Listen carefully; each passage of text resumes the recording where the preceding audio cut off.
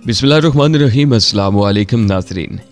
मोअज़्ज़ज़ दोस्तों, इससे पहले आप इस कहानी की 21 किस्तें सुन चुके हैं। अब 22वीं किस्त मुलाहिज़ा फरमाएं। इस मौका को गनीमत समझते हुए मैंने एकदम अपना बाजू मरोड़े हुए शख्स के चेहरे पर अपने सर के अकबी हिस्से की जोरदार ठोकर लगाई और उसके साथ ही उसे अपने जिस्म से पीछे की तरफ धकेला। दूसरे आदमी ने मेरी गर्दन से पिस्तौल लगाया हुआ था। मेरे पीछे हटते ही उसका पिस्तौल मेरी आंखों के सामने था। चोट खाकर मेरे अकबी जानिब मौजूद आदमी के मुंह से उफ की आवाज जोरदार अंदाज से निकली और मेरा हाथ उसकी गिरफ्त से आजाद हो गया। मैंने दूसरे आदमी के हाथ से पिस्तौल लेने के बजाय उसकी कलाई मरोड़ते हुए पिस्तौल की नाल उसकी खोपड़ी की तरफ घुमाई और ट्रैगर दबा दिया। ठक की आवाज के साथ गोली उसके माथे पर लगी थी।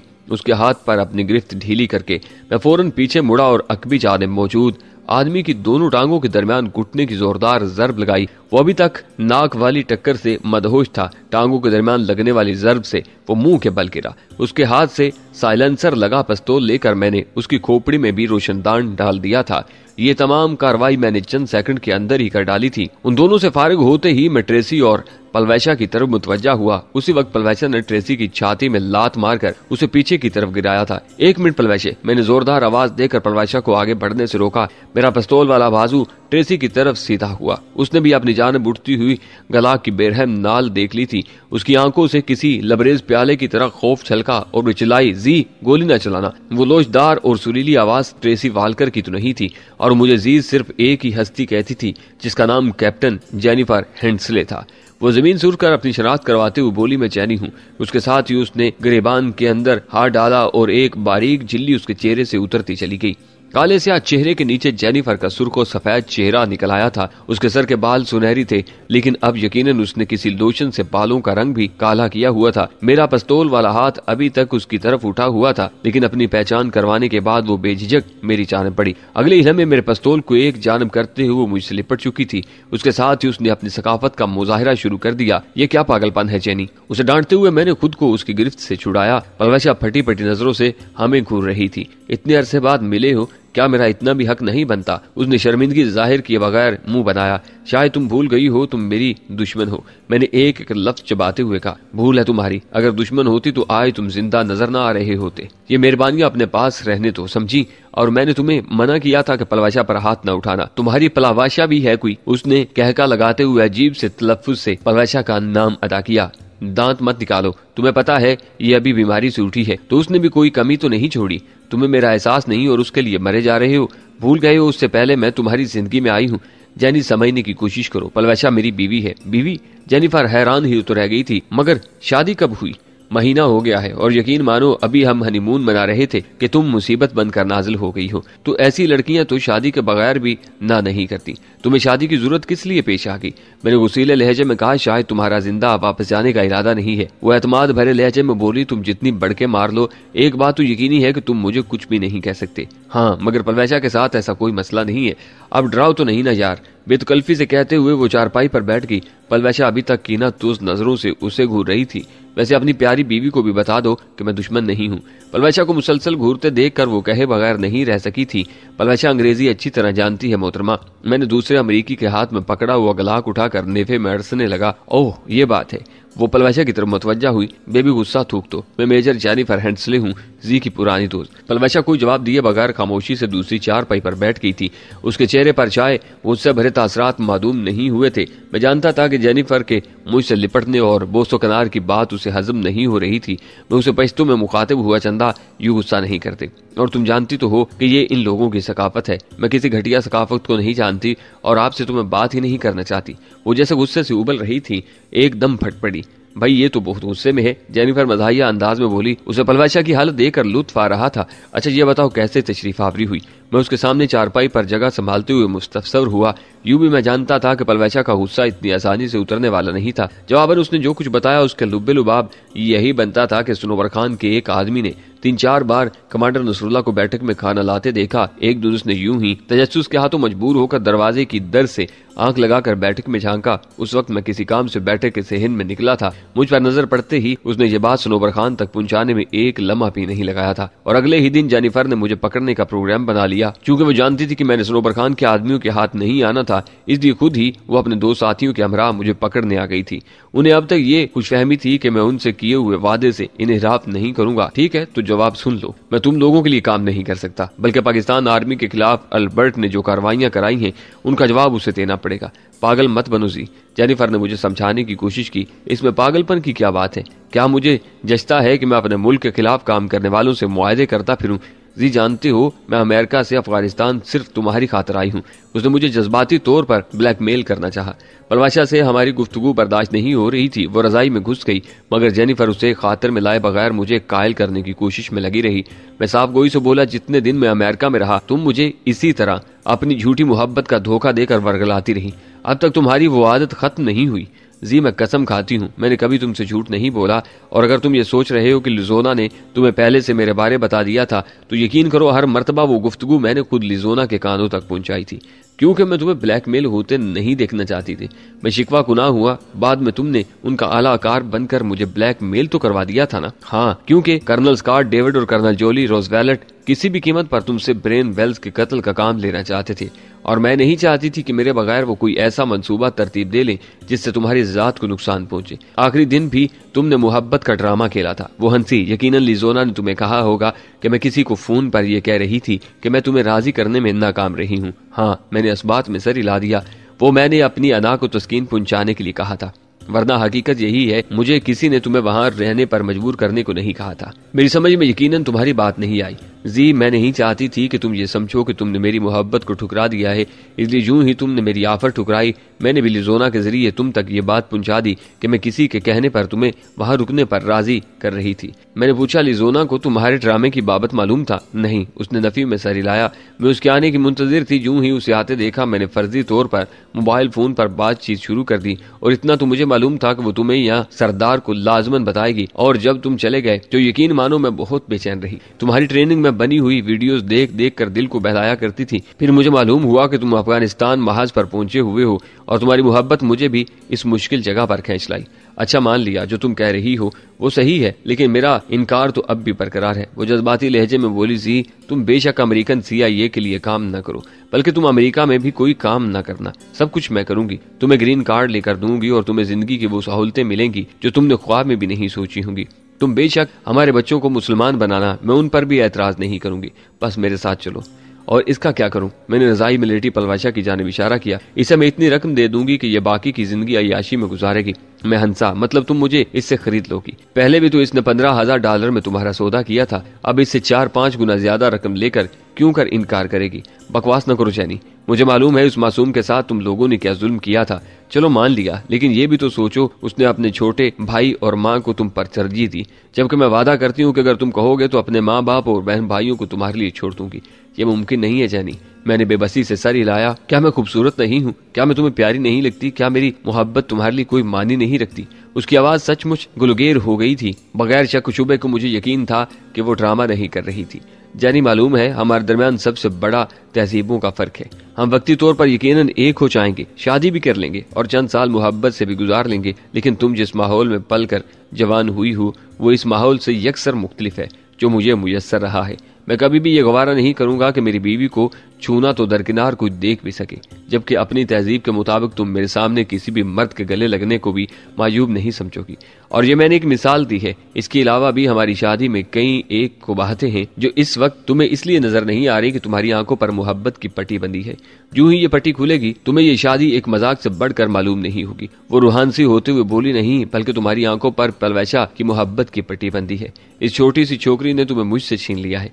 मैं सच होते हुए बोला, यकीनन तुमने मेरी बात न समझने की कसम खाई है। अच्छा सच है, बताओ तुम्हें हम दोनों में से कौन ज्यादा प्यारा है, और क्या तुम्हारी पलवैशा मुझसे खूबसूरत है? चलो तुम्हें दरवाजे तक छोड़ाऊं, और सुबह होने वाली है, थोड़ी देर तक हम दोनों भी यहाँ से चले जाएंगे। मैं अपने साथियों की लाशें यहाँ नहीं छोड़ सकती, तो मैंने इन लाशों का क्या करना है? उठाओ और ले जाओ, मेरी मदद करो। वो अपने साथियों की लाशों की तरफ बढ़ गई।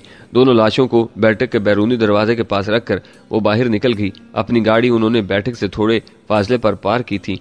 डबल कैबिन उसने बैठक के दरवाजे के सामने लाकर खड़ी की और मेरी मदद से लाशों को गाड़ी की बाड़ी में रख लिया। लाशों को ठिकाने लगाकर वो मेरी जानब मुतवज्जा हुई। मैंने कोई सवाल पूछा था। तुम हद से ज्यादा खूबसूरत हो और मुझे बहुत ज्यादा प्यारी हो, जबकि पलवचा के बगैर शायद मैं जिंदा न रह पाऊं। मतलब वो मुझसे ज्यादा प्यारी है। मैंने ऐसा तो नहीं कहा। तो फिर इस बात का क्या मतलब बनता है? यही कि हमारे मिलाप में बहुत सारी रुकावटें हैं जो हम चाह कर भी दूर नहीं कर सकते। जी, वो जज्बाती अंदाज में मुझसे लिपट गई। मेरे हाथों ने भी उसके गिर्द घेरा डाल लिया था। वो मेरे लिए अमेरिका से अफगानिस्तान तक आ गई थी। उसकी इतनी पजीराई तो मेरा हक बनता था। वो खुलकर अपने जज्बात का इजहार करती रही और मैं उसे रोके टोके बगैर उसका साथ देता रहा। मैं जानता था कि वो हमारी आखिरी मुलाकात थी और आखिरी मुलाकात में उसका दिल तोड़ना किसी तौर मुनासिब नहीं था। गो मैं जानता था कि उसे मेरी पलवशा के साथ मोहब्बत बहुत ज्यादा खुल रही थी, लेकिन पलवशा मेरी मजबूरी थी।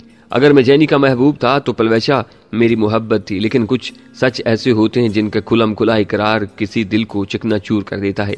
मैंने भी पलवशा की मोहब्बत के बजाय और मसाइल का रोना रोकर जेनिफर को टालने की कोशिश की थी। जेनी इस काबिल थी कि उसे चाहा जाता, मगर उसके साथ वो सब बातें भी खुली हकीकत थीं जो मैं उसके गोश गुजार कर चुका था। बड़ी मुश्किल से वो मुझसे अलहदा हुई। उसका चेहरा हाथों में थाम कर मैंने उसके माथे पर बोसा दिया और कहा, जी प्लीज यहाँ से वापस चली जाओ। मैं हमेशा एक अच्छे और मुखलिस दोस्त की तरह तुम्हें याद रखूंगा। जब कभी दिल करे मुझे मिलने आ जाना, मगर खुदारा मुझे इस बात पर मजबूर न करना कि अपने वतन और तुम में मुझे एक का चुनाव करना पड़े। शायद ऐसे मौका पर मैं तुम्हारी तवक्कात पर पूरा न उतर सकूं। और हाँ, मैं तुमसे मोहब्बत करता हूँ। चौदहवें की चांद की रोशनी में मुझे उसके पुरकशे चेहरे पर दिलावेज तबस्सुम नमूदार होता हुआ महसूस हुआ और चाहत भरे लहजे में बोली, शुक्रिया जी, अब शायद मैं इत्मीनान से वापस लौट सकूं। और हाँ, पलवशा को मेरी तरफ से बहुत प्यार करना। इतना कहते ही वो गाड़ी में बैठ गई। मैंने पूछा, क्या मेरी वीडियोस पाक आर्मी तक पहुंच गई हैं? फिलहाल तो नहीं, लेकिन जल्द ही पहुंचा दी जाएंगी। और माजरत चाहूंगी कि मैं अल्बर्ट को ऐसा करने से नहीं रोक सकती। वो मुझसे सीनियर है। जी, अपना ख्याल रखना और याद रखना, जितना जल्दी हो सके यहाँ से वापस चली जाओ। तुम पर गोली चलाने के बाद शायद मैं खुद को कभी माफ न कर सकूंगा। वो हंसी, मतलब मुझ पर गोली जरूर चलानी है। खुदा हाफिज। उसकी बात का जवाब दिए बगैर मैं गाड़ी की खिड़की से हाथ हटाकर पीछे हो गया। एक लम्हा मुझे घूरने के बाद वो हाथ हिलाते हुए रुखसत हो गई। गाड़ी के मोड़ मुड़ने तक मैं वहीं खड़ा रहा। यूं ही गाड़ी की अकबी बत्तियां नजरों से गायब हुई, मैं बैठक में दाखिल हो गया। गो उस वक्त बैठक में मौजूद रहना खतरे से खाली नहीं था, लेकिन मुझे जेनिफर पर पूरा भरोसा था। वो कभी भी मेरी पीठ में खंजर नहीं घूम सकती थी। उसके बावजूद मैंने सुबह होते ही वहां से चले जाने का मंसूबा बना लिया था। कमरे में दाखिल होते ही मेरी नजर पलवशा पर पड़ी, जो उसी तरह रजाई में लिपटी पड़ी थी। अब उसे मनाने का मुश्किल मरहला दरपेश था। यकीनन वो गुस्से में थी और खफा भी थी। मैं नुपे तले कदम रखता हुआ उसके करीब पहुंचा और फिर चारपाई पर बैठते हुए आहिस्ता आहिस्ता रजाई हटाकर मैंने उसका चेहरा सामने किया। उसकी आंखें रो रो कर सूजने वाली हो गई थीं। जो ही मैंने उसके चेहरे की तरफ हाथ बढ़ाया, उसने बेसाख्ता मेरी छाती पर हाथ रखकर धक्का दिया। दफा हो जाएं, कुछ नहीं लगती मैं आपकी। जाएं अपनी जैनी के पास। वो मुझसे खूबसूरत भी है और अमीर भी है। मेरे पास क्या लेने आए हैं? अगर वो कम पड़े तो माहीन भी मुंतजिर होगी तुम्हारी, और वो कश्मीरन भी है। जाओ, मुझे नहीं रहना आपके साथ। रोते हुए उसकी हिचकियां बंद गई थीं, मगर मैं कोई बात किए बगैर उसके आंसू चुनने लगा। आपने उसे गले से क्यों लगाया? उसे चूमा क्यों? आपने उसके मुंह पर थप्पड़ क्यों न मारा? बताएं ना। वो मेरे प्यार को खातर में लाते हुए मचलती रही। क्या मेरी चाहत में शक है? उसके कान से लब लगाते हुए मैंने सरगोशी की। हाँ, शक है, नफरत है मुझे आपसे। आप इस काबिल ही नहीं कि आपसे मोहब्बत की जाए। आप चले जाएं, कहीं दूर चले जाएं। उसके होंठों पर मोहर लगाते हुए मैंने उसके मुसलसल शिकवों को रोकने की कोशिश की, मगर मेरे सीने पर हाथ रखकर उसने मुझे दूर धकेल दिया। मैं कह रही हूँ, दूर हो जाए मुझसे। मुझे आपके झूठे प्यार की बिल्कुल भी जरूरत नहीं है। वो मेरे सामने आपसे पूछ रही थी कि वो खूबसूरत है या मैं, और ये कि आपको प्यारी लगती है या मैं, और आप उसकी बात का जवाब नहीं दे रहे थे। बाहर जाके आपने यही कहा होगा कि वो आपको प्यारी है। मुझे पता है आपने यही कहा है। आप सिर्फ इसलिए उससे शादी नहीं कर सकते कि उसकी और आपकी सकाफत में फर्क है, वरना तो आप मुझे दूध में गिरी मक्की की तरह निकाल कर फेंक देते। पलवशा, मुझसे थप्पड़ खाओगे? मैंने उसे हल्के से डांटा। वो सिसकियां भरते हुए बोली, हाँ मारेंगे तो आप ही सही। आपकी लाडली के खिलाफ बात जो कर ली है, मुझे तो आप यूं भी पीटने के बहाने ढूंढते हैं। आपकी लाडली ने भी मेरी पिटाई की और आपने उसे कुछ भी नहीं कहा। उसने मेरे पेट में लातें मारी, मुझे चेहरे पर मुक्के बरसाए, मेरी छाती ठोकरें रसीद करती रही, और आप उसे सीने से लिपटा कर प्यार करने लगे। मैं हंसा और तुमने उसे कुछ भी नहीं कहा। अगर मुझे पता होता कि वो तुम्हारी इतनी ज्यादा लाडली और प्यारी है तो यकीनन मैं उस पर हाथ ही न उठाती। करते हुए मैंने पूछा, तो गोया तुम चाह रही हो मैं उसके पास चला जाऊं? हाँ हाँ हाँ, यही चाहती हूँ। ठीक है, मैं खड़ा होता हुआ बोला। मैं भी तुमसे इजाजत ही लेने आया था, लेकिन समझ में नहीं आ रहा था कि बात कैसे शुरू करूं। शुक्रिया कि तुमने खुद ही इजाजत दे दी। 50 लाख के करीब रकम मैं यहीं छोड़े जा रहा हूं, और इतनी रकम कल तक जैनी भी तुम्हें पहुंचा देगी। कोई गलती हो गई हो तो माफ करना। का क्या मतलब? वो जैसे तड़प कर बिस्तर से उठी। का क्या आप सचमुच? हैरत की शिद्दत से फैली हुई आंखें और जर पड़ता रंग देखकर मुझे लगा उसकी हरकतें कल बंद हो जाएगी। खुद ही तो कह रही हो चला जाऊं, मैं अपनी जान ले लूंगी, समझे आप? गुस्से से चिल्लाते हुए वो मुझसे लिपट गई। शिद्दत जज्बात से उसका बदन रेशे के मरीज की तरह कांप रहा था। अपने बाजू में भरकर मैंने उसका कोमल बदन उठाया और चारपाई पर लिटाकर उसके साथ ही बैठ गया। मैंने दूर जाकर मरना है क्या? मेरे हाथों को पकड़कर आंखों से लगाते हुए उसने कराहते हुए कहा, राजू आइंदा ऐसा मजाक में भी ना कहना। मैंने कब कहा? खुद ही तो मुझे बार बार दफा हो जाने का कह रही थी। मैं गुस्से में थी, आप मना भी तो सकते थे। मना तो रहा था, तुम नजदीक नहीं आने दे रही थी। आपने उसे इतनी अहमियत क्यों दी? उसने पुराना शिकवा नए अल्फाज में दोहराया। क्योंकि वो मुझसे मोहब्बत करती है चंदा, और ये कोई ऐसा जुर्म नहीं कि मैं उसे सजा दूं। बाकी मेरे लिए जो अहम है मैं उसी के पास हूँ। ना तो मुझे माहीन की जरूरत है, ना मुझे रुमाना चाहिए, और ना कोई दूसरी तीसरी। मेरे लिए मेरा चांद, मेरी पलवचे, मेरी कुड़िया काफी है। वो सिसकी, कभी दूर तो नहीं जाओगे? मैं अज़म से बोला, अपनी जिंदगी में तो नहीं जाऊंगा। अल्लाह पाक न करे कि मेरे राजू को कुछ हो। सारे गिले शिकवे से पुष्ट डालकर उसने मुझे रेशमी बाहों का हार बनाया और मेरे प्यासे होंठों को शराब करने लगी। सुबह की अजान होते ही मैंने पलवैशा को तैयार होने का कहा। कहाँ जाना है? उसने हैरानी से पूछा।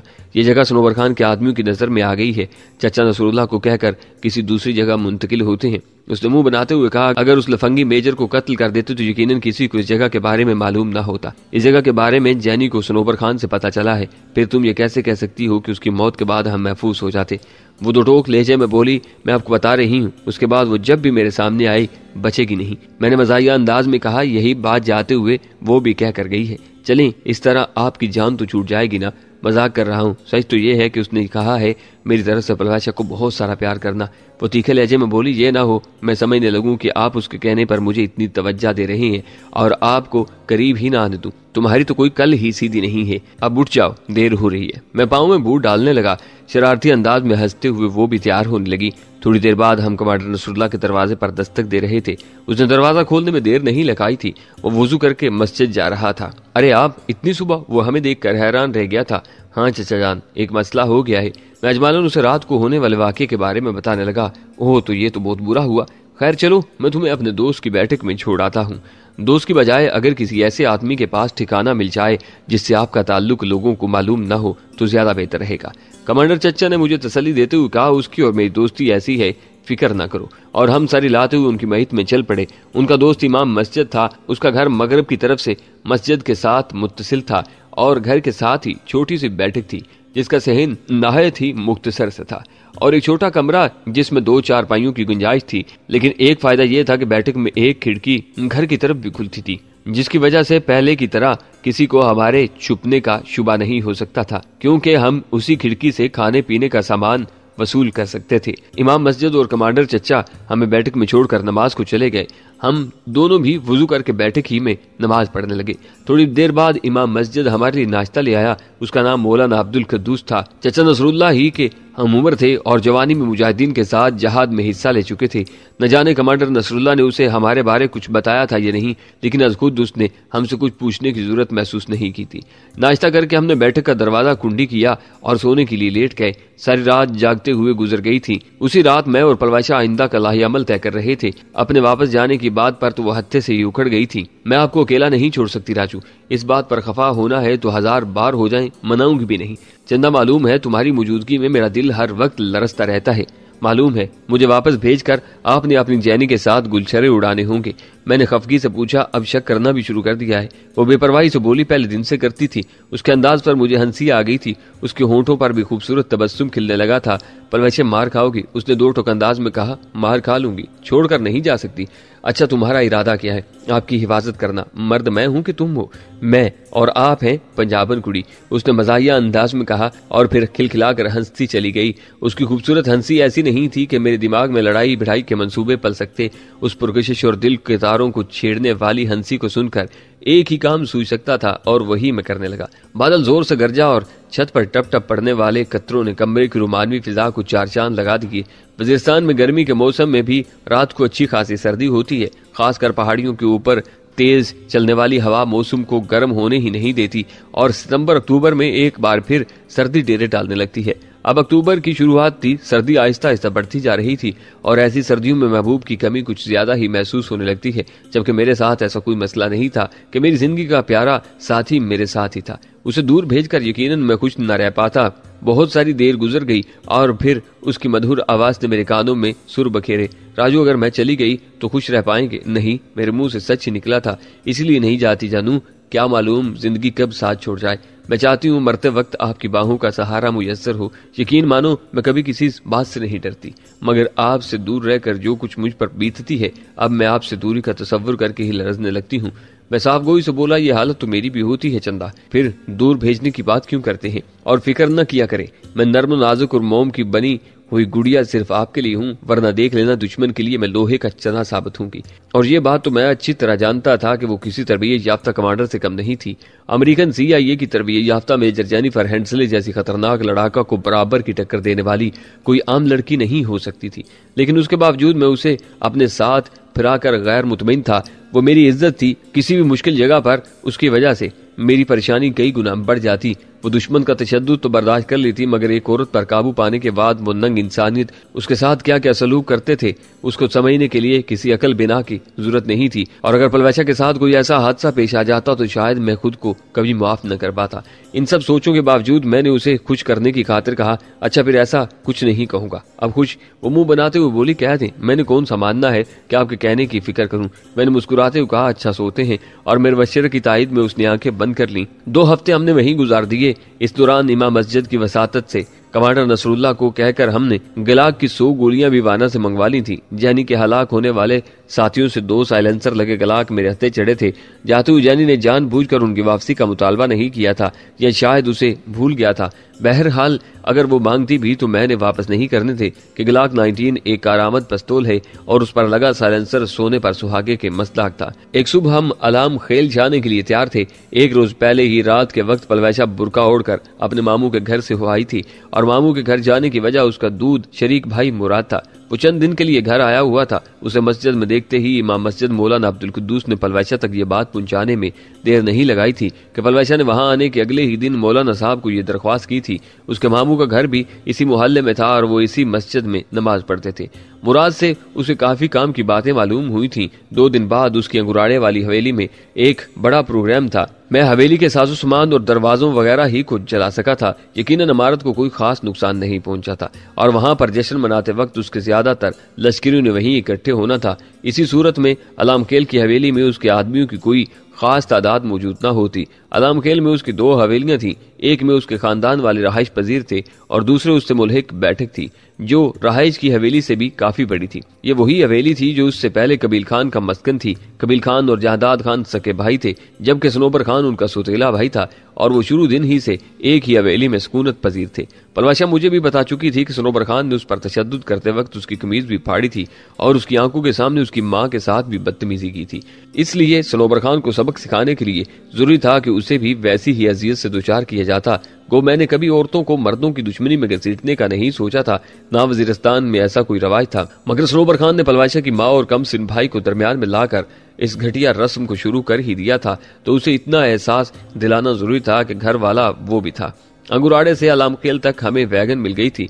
पलवाशा बुरके में रिपोश थी, जबकि मैंने पगड़ी बांधकर उसका पल्लू चेहरे से लपेटा हुआ था। अलामखेल में हमारे अलावा 2 मर्द और भी उतरे थे। वैगन हमें उतार कर आगे बढ़ गई, जबकि मैं पलवाशा के साथ धीरे धीरे कदम उठाता गांव में दाखिल हो गया। हमारे साथ उतरने वाले दोनों मर्द हमसे पहले एक जानब बढ़ गए थे। कमांडर अब्दुल रशीद बेटनी की बैठक तक हम बगैर बातचीत किए पहुंचे थे। दोपहर का वक्त था, बैठक का दरवाजा खुला था। दरवाजे पर मौजूद आदमी मुझे नहीं पहचानता था। कमांडर अब्दुल रशीद बेटनी से मिलना है। अब तारुफ कराए बगैर मैंने मुद्दा बयान किया। उसने बुरका मेरे पोश पलवाशा पर हैरत भरी नजर डालते हुए कहा, वो कहीं गए हुए हैं, कमांडर अब्दुल हक मिल जाएंगे। कमांडर अब्दुल हक वही मर्द मुजाहिद था जिसकी वजह से मेरे लिए मुजाहिदीन के ठिकानों के दरवाजे खुले थे। उसने इनकार में सर हिलाया, वो भी मौजूद नहीं है। यहाँ पर कोई कमांडर मौजूद नहीं जिससे मैं बात कर सकूं। कारी गुलाम मोहम्मद साहब मौजूद हैं, रगजई वाले? मैंने तस्दीक चाहने के अंदाज में पूछा, क्योंकि उसके मुतल्लक कमांडर अब्दुल हक मुझे पहले से बता चुके थे कि अगर मैं रगजई में कभी चला जाऊं तो उनके यहाँ मुझे पनाह मिल सकती है। जी हाँ, उसने इस बात में सर हिला दिया। ठीक है, उन्हें बता दें अंगुराड़े से कमांडर नसरुल्लाह खान खोजल खेल के खसूसी मेहमान आए हुए हैं। आप अंदर तशरीफ ले जाएं, वो हुजरे में तशरीफ फरमा है। इतने ज्यादा कमांडर्स से वाकफियत ने उसे एहसास दिला दिया था कि मैं कोई गैर नहीं था, और मैं शुक्रिया कहते हुए पलवाचा के साथ हुजरे की तरफ बढ़ गया। उसे शायद अंदाजा था कि मैं पहले भी वहां आ चुका हूं, इसलिए उसने हुजरे की जगह के बारे मेरी रहनुमाई करने की कोशिश नहीं की थी। यह भी मुमकिन था कि यह काम उसने अंदर मौजूद आदमियों के लिए रहने दिया हो। बैठक के अंदर काफी जवान दाएं बाएं फिर रहे थे और खालिस मर्दाना माहौल में एक बुरकापोश खातून की आमद उनके लिए हैरानी का बायस थी, लेकिन इस हैरानी का इजहार करने के लिए उन्होंने पलवाचा को घूरने से परहेज किया था। हुजरे में कारी गुलाम मोहम्मद साहब चंद दूसरे आदमियों के साथ बैठे थे। चूंकि मैं उन्हें शक्लो सूरत से नहीं जानता था, इसलिए मैंने अंदर दाखिल होते हुए अस्सलाम वालेकुम कहकर उनके मुतल्लक इस्तफसार किया। तकिए से टेक लगाए घनी दाढ़ी वाले एक सेहतमंद आदमी ने कुछ इखलाकी से जी कहते हुए गोया अपना तारुफ करवा दिया था, और फिर बुरकापोश पलवाशा पर नजर पड़ते ही उसने हाथ के इशारे से वहां बैठे हुए दूसरे आदमियों को जाने का इशारा किया। तमाम खामोशी से उठकर हुजरे से बाहर निकल गए थे। तशरीफ रखें। कारी गुलाम मोहम्मद ने मुझे बैठने का इशारा किया और मैं पलवाशा के साथ जमीन पर बिछी चटाइयों पर बैठ गया। क्या खिदमत कर सकता हूँ? हमारे बैठते ही उसने नर्म लहजे में पूछा। हम नसरुल्लाह खान खोजल खेल के जानने वाले हैं, किसी काम से आए हैं, 2-3 दिन यहाँ गुजारेंगे, मगर कोई खातून यहाँ नहीं रह सकती। कारी गुलाम मोहम्मद हिचकिचाते हुए इनकार करने लगा। ऐसी भी क्या बेरुखी है उस्ताद जी? पलवैसा ने अपना बुरका सामने से उठाते हुए मासूमाना लहजे में कहा। कारी गुलाम मोहम्मद की आंखें हैरत से फैलती चली गई थी। ओ पल्लू खान, तुम्हारे बारे मालूम हुआ था कि तुम पलवैसा खान वजीर हो, मतलब वो हकीकत थी? जी उस्ताद जी। पलवैसा ने इस बात में सर हिला दिया। इसका मतलब है आप एसएस से? वो मेरी तरफ मुतवज्जा हुआ और मैंने इस बात में सर हिला दिया। यूं भी मुजाहिदीन और सनोबर खान के आदमियों की अक्सरियत मुझे एसएस कहकर ही पुकारते थे। अगर आप लोग बुरा न मनाएं तो एक बात कहूं, ये मेरे शोहर हैं उस्ताद जी। उसकी नसीहत करने से पहले पलवाशा ने हकीकत उगल दी। वो इत्मीनान भरा सांस लेते हुए बोला, माशाल्लाह, मुबारक हो। शादी कब की है? पलवाशा ने तफसील बताते हुए कहा, 1.5 माह से ज्यादा हो गया है। चचा नसरुल्लाह खोजल खेल ने खुद निकाह पढ़वाया था, बहुत खुशी हुई। और ये आपका अपना घर है बेटी, यहाँ रुकने के लिए कम अज कम मेरी इजाजत की आपको जरूरत नहीं थी। यहाँ रुकने के लिए कम अज कम मेरी इजाजत की जरूरत आपको नहीं थी। आप तमाम उस्तादा की इजाजत तो मुझे जिंदगी के हर मरहले पर दरकार होगी उस्ताद जी। मैंने ये शादी भी चचा नसरुल्लाह खान के कहने पर की है। पलवैसा अकीदत से बोली। खुश रहो बेटी। कारी गुलाम मोहम्मद ने आगे बढ़कर उसके सर पर हाथ रखा और कहने लगा, यकीनन खाना आप अपने कमरे में खाना पसंद करेंगे। जी उस्ताद जी। पलवैसा ने इस बात में सर हिला दिया। चले मैं आपको कमरा दिखा दूं। वो हमें साथ लेकर बैठक के शुमाली कोने में बने हुए एक बड़े से कमरे के पास लाया, जिसके साथ मुल्हिक बैतुलखला और गुसलखाना भी मौजूद था। वो कमरा यकीनन पलवैसा की वजह से हमारे हवाले हुआ था, वरना उससे पहले मैं और सरदार यहाँ रह चुके थे। उस वक्त भी हमारे हवाले उन्होंने अलहदा कमरा ही किया था, लेकिन उस कमरे के साथ ये सहूलत मौजूद नहीं थी। गो पलवैसा लड़का नुमा लड़की थी और अभी तक उसके सर के बाल इतने बड़े नहीं हुए थे जिनमें पोनी डाली जा सकती या चूड़ा बांधा जा सकता। उसी तरह ना तो उसकी सतवा नाक में औरतों की तरह सुराख हुआ था और ना कानों में। अब भी मर्दाना लिबास पहनकर वो लड़के का किरदार आसानी से अदा कर सकती थी, लेकिन मुझे उसका बेपर्दा फिरना बिल्कुल भी गवारा नहीं था। वो मेरी इज्जत थी और अपनी इज्जत की हिफाजत हर मुस्लिम करना जानता है। मेरा पक्का इरादा था कि सनोबर खान को अंजाम तक पहुंचाते ही उसे किसी बहाने तलागंग जाकर छोड़ाऊंगा, लेकिन उसे अपने इरादे से मुतल्ला करना गोया नया महाज खोलने के मुतरादिफ था। इसलिए ये इरादा मेरे दिल ही में निहा रहा। शादी के बाद से वो खाना मुझे अपने हाथों से खिलाती थी। उसकी हर अदा और हर अंदाज से मेरे लिए यूं मोहब्बत टपकती थी जैसे सुराख ज़दा छत्ते से शहद टपकता है। मेरी पसंद से वो मुझसे ज्यादा वाकिफ थी।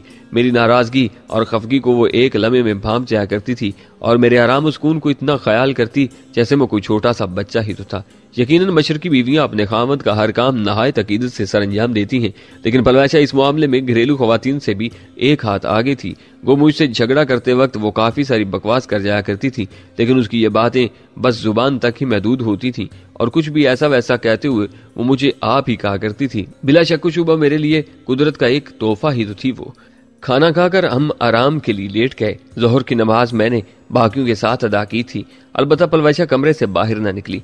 मस्जिद में मुझे कुछ और जानने वाले भी मिल गए थे जिनसे पहली मर्तबा यहाँ रहते हुए मुलाकात हुई थी। कुछ देर उनसे गपशप करके मैं पलवैसा के पास पहुंच गया। रात का खाना खाकर हम दोनों तैयार होकर बाहर निकल आए। पलवैसा एक बार फिर लड़के के रूप में थी, लेकिन चेहरा छुपाने के लिए उसने अपनी पगड़ी का पल्लू चेहरे पर इस तरह लपेट रखा था कि सिर्फ आंखें ही नजर आती थीं। उसकी आंखें भी किसी के दिल की दुनिया को जेरो जबर करने के लिए काफी थीं, मगर रात वक्त कोई कहाँ उन पर गौर कर पाता। कारी गुलाम मोहम्मद को मैंने बता दिया था कि कुछ देर के लिए हम बाहर जा रहे हैं ताकि वो अपने संतरियों को उसकी इतला कर दे। कलाशनकोफ हमने कमरे ही में छोड़ दी थी और दोनों के पास साइलेंसर लगे ग्लाक 19 पिस्तौल मौजूद थे अलाम खेल उसका अपना गांव था, वो उसके चप्पे चप्पे से वाकिफ थी। मैं और सरदार खान भी इस गांव को अच्छी तरह गंगाल चुके थे, इसलिए मेरा भी वो खूब देखा भाला था। यूं भी अलाम खेल को पलवैसा की पैदाइश का गांव होने की सआदत हासिल थी, इस लिहाज से फितरी तौर पर मेरे दिल में अलाम खेल की मोहब्बत बसेरा किए हुए थी। जानती हो, कबील खान की वजह से मुझे अलाम खेल से जैसे नफरत थी, मगर आजकल अलाम खेल मुझे अपने गांव की तरह प्यारा लगता है। राजू, एक बात आज तक मेरी समझ में नहीं आ सकी। सनोबर खान की हवेली की तरफ मटर गश्त के अंदाज में जाते हुए वह सरगोशी में बोली, कौन सी बात? मैं हैरानी से मुस्तफसर हुआ। वो जज्बाती लहजे में बोली, यही कि आखिर आपको मुझ में ऐसी कौन सी चीज नजर आई जो आपने मुझे इतने ऊंचे मकाम पर बिठा दिया। मैं इस्तज़ाई अंदाज में हंसा तो मुझ में कौन से सुरखाब के पर लगे हैं? अगर आप में सुरखाब के पर न लगे होते तो वो कमीनी जेनिफर आपके पीछे अमेरिका से यहाँ न आई होती और वो रुमाना आपकी खातिर अपने शोहर से तलाक लेने पर आमादा न हो गई होती। मैंने तंजिया लहजे में कहा, तो तुम्हें माहीन भूल गई है क्या? वो कहकर लगाते हुए बोली, आपको भी तो पलवैचा खान वजीर भूल गई है, जिसे आपके बगैर सांस भी नहीं लिया जाता। अच्छा, फजूल बातों को छोड़ो, ये बहस वापस आकर करेंगे। आपने खुद ही ये बहस शुरू की है। वो मुंह बनाकर खामोश हो गई। मैंने भी मजीद कुछ कहने से गुरेज किया। सनोबर खान की हवेली और बैठक मुत्तसिल थी। हवेली शुमाल की जानिब और बैठक जनूब की जानिब बनी हुई थी। दोनों के दाखिली दरवाजे शर्की जानिब थे। हवेली की शुमाली दीवार पर शर्कन गरबन 2 मोर्चे बने हुए थे, जबकि बैठक की जनूबी दीवार पर शर्कन गरबन 2 मोर्चे बने हुए थे। गोया हवेली और बैठक को मिलाकर देखा जाता तो उनके चारों कोनों पर मौजूद मोर्चे थे। हवेली और बैठक के दाखिली दरवाजों के बीच बस दरमियानी दीवार ही की आड़ थी। इस तरह दोनों दरवाजों के सामने एक आदमी खड़ा होकर दोनों दरवाजों की देखभाल कर सकता था। हम दोनों हवेली और बैठक के सामने से गुजरते चले गए। दोनों दरवाजे बंद थे और उनके सामने कोई आदमी खड़ा हुआ नजर नहीं आ रहा था। बैठक की जनूबी दीवार से थोड़ा आगे बढ़कर हम मगरब की जानिब मुड़ गए। वहां से फरलांग भर के फासले पर चढ़ाई शुरू हो रही थी। उस ढलान पर भी इक्का दुक्का घर मौजूद थे। घरों से बचते हुए हम थोड़ा सा बुलंदी पर आए और एक तबाहशुदा घर में घुस गए। 2-3 आवारा कुत्तों ने नाराजी भरे अंदाज में भूंकर हमारी आमद पर नापसंदीदगी का इजहार किया और एहतजाज करते हुए वहां से निकल गए। वो घर काफी अरसे से तबाहशुदा पड़ा था। मैं और सरदार उसका अच्छी तरह जायजा ले चुके थे। एक कमरे की छत जो थोड़ी सलामत थी, उसके ऊपर लेटकर हम हवेली की जानिब देखने लगे। सनोबर खान की हवेली वहां से बिल्कुल नीचे थी। चांद की पहली दूसरी तारीख थी, इसलिए अंधेरा काफी गहरा था, लेकिन हवेली के सहन में होने वाली रोशनी हमारी काफी मदद कर सकती थी। मैंने दूरबीन आंखों से लगाकर उस तरफ देखा, मगर ऊंची दीवारों ने मेरी उम्मीदों पर पानी फेर दिया। मैंने मायूस होते हुए दूरबीन बलवाशा की जानिब बढ़ा दी। कुछ भी नजर नहीं आ रहा, बस इतना महसूस हो रहा है कि चारों मोर्चों में संतरी मौजूद है। मैंने कहा, हवेली की दीवारें कुछ ज्यादा ही ऊंची हैं। उसने मशवरा देते हुए कहा, मेरा ख्याल है कल दिन को मजीद बुलंदी से जाकर जायजा लेने की कोशिश करेंगे। मैंने इस बात में सर हिला दिया। कल यहाँ से मजीद आदमी भी अंगुराड़े वाली हवेली की जानिब कूच करेंगे। इस बारे भी कल पता चल जाएगा। चलो चलते हैं। वहां मजीद ठहरना फजूल था, इसलिए मैंने वक्त जाया करना मुनासिब नहीं समझा था। वो सर हिलाते हुए उठ गई। वापस भी हम उसी रास्ते से आए थे। बैठक और हवेली से गुजरते हुए हम अपने मस्कन तक पहुंचे और दरवाजे पर मौजूद आदमी को अपनी पहचान करवाते हुए अंदर घुस गए। अगली सुबह नाश्ता करके सूरज तुलू होने से पहले ही हम बाहर निकल आए थे। पलवैशा उसी तरह एक लड़के के रूप में थी, अलबत्ता अपना चेहरा उसने पगड़ी के पल्लू से ढांपा हुआ था। हम दोनों सनोबर खान की हवेली के सामने से गुजरने के बजाय एक दूसरे रास्ते से पहाड़ की बुलंदी सर करने लगे। सूरज की अच्छी तरह निकलने तक हम सनोबर खान की हवेली के अक में मौजूद एक बुलंदी पर मौजूद थे।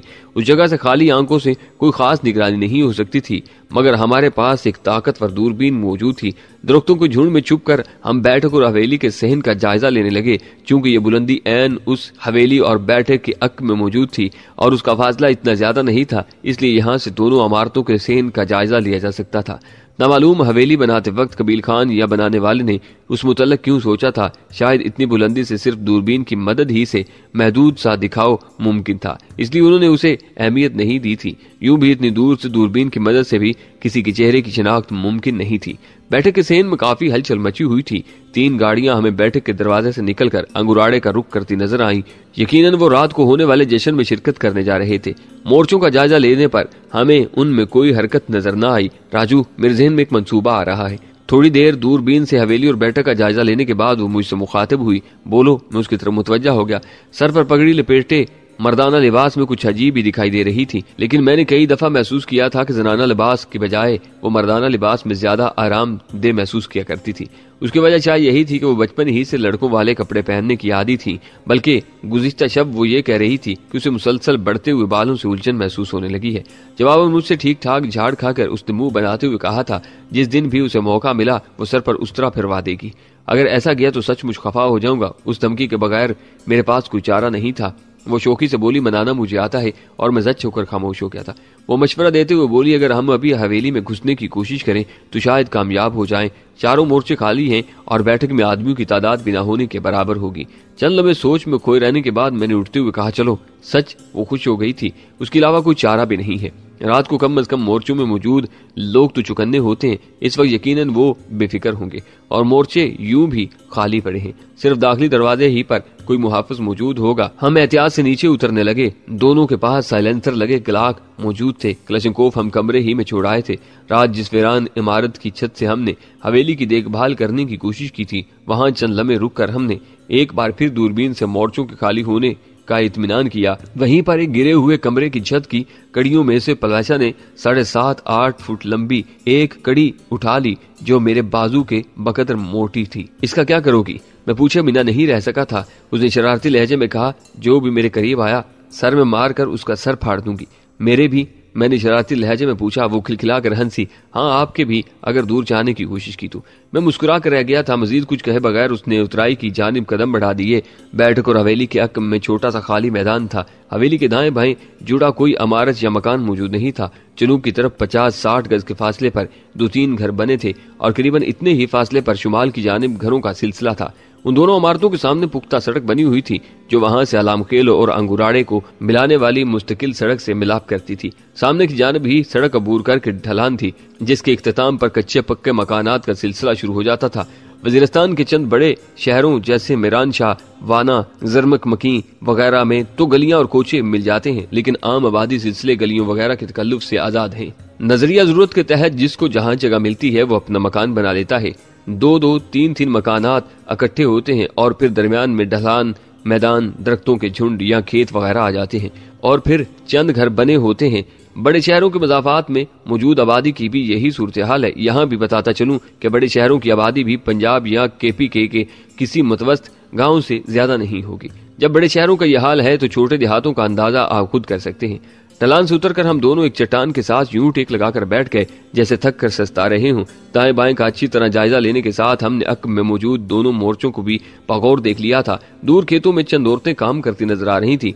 ढलान उतरते वक्त एक बूढ़ा शख्स हमसे थोड़ा आगे गधे पर लकड़ियां लादे हुए जा रहा था, जो हमारे चट्टान के साथ बैठने के बाद हवेली से शर्की जानिब होता हुआ आगे बढ़कर मजीद उतराई उतरते हुए मकानात के सिलसिले में गायब हो गया था। उन्हीं मकानों के मगरबी जानिब कुछ बच्चे और बच्चियां खेल रहे थे, लेकिन जब हम बैठक की दीवार के करीब पहुंच जाते तो उन्हें नजर न आते। मगरबी जानिब कुछ फासले पर 2 नाजनीन बकरियां भेड़ें चरा रही थीं और वही 2 ऐसी जगह पर थीं जहां से हमें आसानी से देखा जा सकता था, लेकिन उम्मीद यही थी कि अगर वो हमें देख भी लेती तब भी हवेली या बैठक के पास आकर किसी को बताने की जुर्रात न करती। और उसकी वजह बैठक में औबाश मर्दों की मौजूदगी और बैठक से मंसूब झूठी सच्ची कहानियां थीं, जिनमें सिन्फ नाज़िक के साथ ज्यादती के वाकयात कसीरुल तादाद में थे। कहां से घुसा जाए? इतराफ का जायजा लेने के बाद हम दोनों हदफ की जानिब मुतवज्जा हो गए थे। वो जल्दी से बोली, दोनों इमारतों को मिलाने वाली दीवार मुनासिब रहेगी? नहीं, मैंने नफी में सर हिलाया। यहाँ से घुसने पर हम दोनों इमारतों में मौजूद लोगों को दिखाई दे सकते हैं। उसके बजाय जनूबी दीवार में बने हुए मोर्चे की जगह से अंदर दाखिल होने पर एक तो देखे जाने का खतरा कम होगा, दूसरा वहां से आसानी से नीचे भी उतर सकेंगे। आपकी मोहब्बत ने मुझे कुछ बेहतर सोचने के काबिल ही नहीं छोड़ा। अपनी गलती तस्लीम करने में उसने एक लम्हा भी नहीं लगाया था। उसकी ऐसी बातें मुझे खुशी से निहाल कर दिया करती थीं। मोहब्बत जताने का कोई लम्हा भी वो ज़ाया नहीं जाने देती थी। दिल की बात दिल में छुपाने की वो आदी नहीं थी। हम दोनों दाएं बाएं देखते हुए जनूबी मोर्चे के ऐन नीचे आकर खड़े हो गए। वो दीवार काफी बुलंद थी और बिल्कुल ही सीधी बनी हुई थी। वजीरिस्तान के लोग घर की बैरूनी दीवारें बहुत ऊंची बनाते हैं। हर घर का नक्शा किसी किले के जैसा होता है। चारों तरफ ऊंची ऊंची दीवारें और उनके बीचों बीच छोटे छोटे कमरे जिनकी छतें चार दीवारी से नीची बनी होती हैं। दीवार के ऊपर वो लोग प्लास्टिक, खजूर की चटाइयां या पत्ते वगैरह की तरह डालते हैं कि बारिश होने की सूरत में पानी दीवारों के ऊपर ना बह सके। इन दीवारों की ऊंचाई 14 फुट से कम नहीं होगी। मेरा कद 5 फुट 9 इंच है, जबकि पलवैसा का कद बमुश्किल 5 फुट 2 इंच होगा। अगर उसके पांव मेरे उठे हुए हाथों पर होते तब भी वो दीवार की बुलंदी को नहीं छू सकते थे। गड़बड़ हो गई है। दीवार की तरफ नजरें उठाकर देखते हुए मैंने परेशानी जाहिर की। क्या हुआ? उसने पूछने में ताखीर नहीं की थी। ऊपर कैसे चढ़ेंगे? मैंने परेशानी की वजह बताई। आप बस अपनी नई नवेली दुल्हन के नाज नखरे उठाते रहना, काम की बात पर तवज्जो न देना। उसके होंठों पर महबूबाना तबस्सुम खिल उठा था। तंज कर रही हो? मैंने मसनूई गुस्से से पूछा। वो बेपरवाही से बोली, हकीकत बता रही हूँ। बहरहाल पूछना यह था कि क्या मुझे हाथों पर उठा लोगे? मैंने उसे मतऊन करते हुए कहा, भूल गई कितनी देर बाजुओं में उठाकर चलता रहा। वो तरकी बोली, उस वक्त तो मैं पराई लड़की थी और गैर लड़कियों का वजन भला मर्दों को कहाँ महसूस होता है। पलवैसे मार खाओगी। मैंने उसे प्यार से डांटा। आप इस डंडे का पूछ रहे थे ना, तो ये इसलिए साथ लाया है राजू जी। उसने वो मोटी कड़ी मेरी आंखों के सामने लहराई और झुक कर अपने बूटों के तस्मे खोलने लगी। बूट उतार कर उसने जराबें भी उतार दी और जराबें बूटों के अंदर ठोस कर दोनों बूटों के तस्मों को एक दूसरे से बांधकर गले में डाल लिया। तैयार होकर वो मुझे तरीका बताने लगी। तफसील सुनकर मैं सर हिलाते हुए नीचे बैठ गया। उसने अपने नंगे पांव मेरे कंधों पर रखे और दीवार का सहारा लेकर खड़ी हो गई। मैंने अपनी पीठ दीवार से लगाई हुई थी। यूं ही उसने मुझे उठने का इशारा किया। मैं इत्मीनान से खड़ा हो गया। यूं भी वो मुझे फूल की तरह हल्की लगा करती थी। सीधा होते ही मैंने वो मजबूत कड़ी अपने दोनों हाथों में पकड़ी और उसका हमवार सिरा ऊपर की तरफ करके निचला सिरा जमीन पर टिका दिया। 7.5-8 फुट लंबी कड़ी मुझसे काफी ऊंची थी। उसने एक पांव मेरे सर पर रखा और दूसरा पांव बमुश्किल कड़ी के सिरे कोने पर रखकर वो कड़ी के ऊपर मुंतकिल हो गई। पलवैसा का सारा बोझ कड़ी पर मुंतकिल हो गया था। थोड़ा ऊपर उठाओ। अपना वजन बरकरार करते ही उसने होले से कहा और मैं कड़ी को आहिस्ता आहिस्ता ऊपर उठाने लगा। कड़ी को मुतवाजन पकड़ने के लिए मैं उसे अपने सर और गर्दन के साथ लगाए हुए था। मैं बहुत मुश्किल से कड़ी को बुलंद कर पा रहा था। मेरे बाजू बिल्कुल अकड़ गए थे और मुझे महसूस हो रहा था कि मैं ज्यादा देर कड़ी को उसी अंदाज में थामे नहीं रह पाऊंगा। कम अज कम पलवैसा का वजन 50 किलोग्राम के बकदर तो होगा। हकायक को खाली मुहब्बत की आंच से नहीं नापा जाता। मेरे दिल में भरी उसकी मुहब्बत की वजह से उसके वजन में कोई फर्क नहीं पड़ सकता था। अलबत्ता मुहब्बत इंसान को बर्दाश्त और हौसला अता जरूर करती है और मैं जानता था कि अगर कड़ी मेरे हाथों में हिली जुली या लर्जी तो पलवैसा नीचे भी गिर सकती थी और उसे चोट लगने के अंदेशे पर मेरे बाजुओं में पूरे जिस्म की ताकत से मिटाई थी। मैंने बमुश्किल फुट भर कड़ी को बुलंद किया होगा कि अचानक मेरे हाथ बिल्कुल हल्के हो गए। मैंने गहरा सांस लेकर ऊपर की जानिब नजरें उठाई। वो दीवार के किनारे में उंगलियां पंसाकर ऊपर चढ़ रही थी। कड़ी को एक तरफ फेंक कर मैं वहीं नीचे खड़ा हो गया। अगर खुदा न खास्ता उसके हाथ छूट गए तो उसे नीचे गिरने से पहले बाजुओं में संभाल सकूं। इतनी सख्त जान होने के बावजूद मुझे तो वो कांच की गुड़िया ही लगती थी। मगर मेरी एहतियात बेकार गई। वो दीवार के ऊपर पहुंचकर बैठक के सेन का जायजा लेने लगी। चंद लम्हों के बाद वो मुतमईन होकर दीवार पर उसी तरह लेट गई कि उसका पेट तो दीवार के ऊपर था, निचला धड़ दूसरी जानब और सीना और हाथ मेरी तरफ झुके हुए थे। उसके साथ उसने सर से लंबी पगड़ी उतारकर उसका एक सिरा अपने हाथों में लपेटकर दूसरा सिरा मेरे लिए नीचे लटका दिया। उसने पतली धोती नुमा चादर ही पगड़ी के अंदाज में सर से लपेटी हुई थी। चादर सिरे से उतारते ही उसके रेशमी बाल बिखर कर माथे पर लहराने लगे थे। मैंने एक पत्थर से कड़ी का निचला सिरा जोड़कर उसे दीवार के साथ सीधा खड़ा कर दिया था और पलवैसा की चादर को पकड़कर आहिस्ता आहिस्ता ऊपर उठने लगा।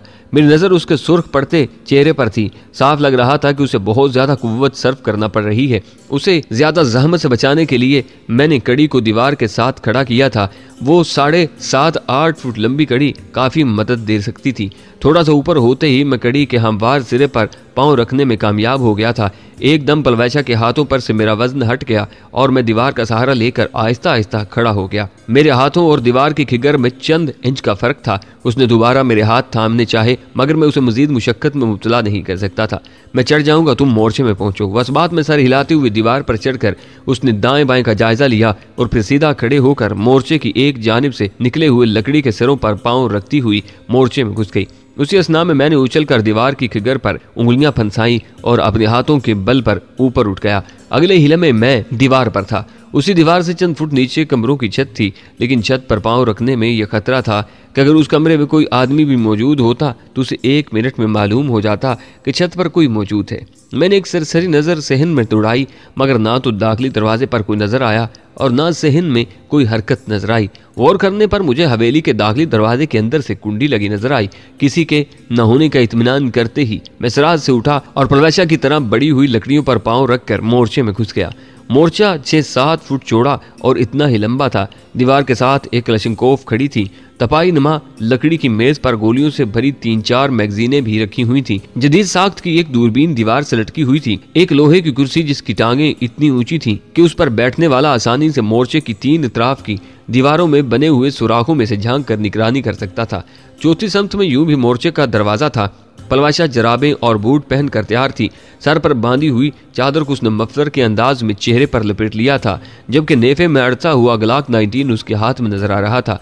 वह हल्ला बोलने के लिए मुकम्मल तौर पर तैयार थी। क्लशिंकोव ले लें? उसने मशवरा चाहने के अंदाज में पूछा। नहीं, मैंने नफी में सर हिलाया। फिलहाल इसकी कोई जरूरत नजर नहीं आ रही, गलाक काफी है। मैंने अपना गलाक भी हाथ में पकड़ लिया था। मोर्चे के साथ लकड़ी की सीढ़ी बनी हुई थी, मगर वो सीढ़ी इतनी चौड़ी जरूर थी कि हाथों का सहारा लिए बगैर सीढ़ी से उतरा जा सकता था। सीढ़ी का इख्तिताम एक कमरे ही में हो रहा था। नीचे उतरते ही पलवैशन ने अपनी पीठ मेरी पूंछ से जोड़ते हुए अक्कब की देखभाल करने लगी थी। मैंने बारहा परखा था कि उसका अंदाज किसी तरबियत याफ्ता कमांडो का सा होता था।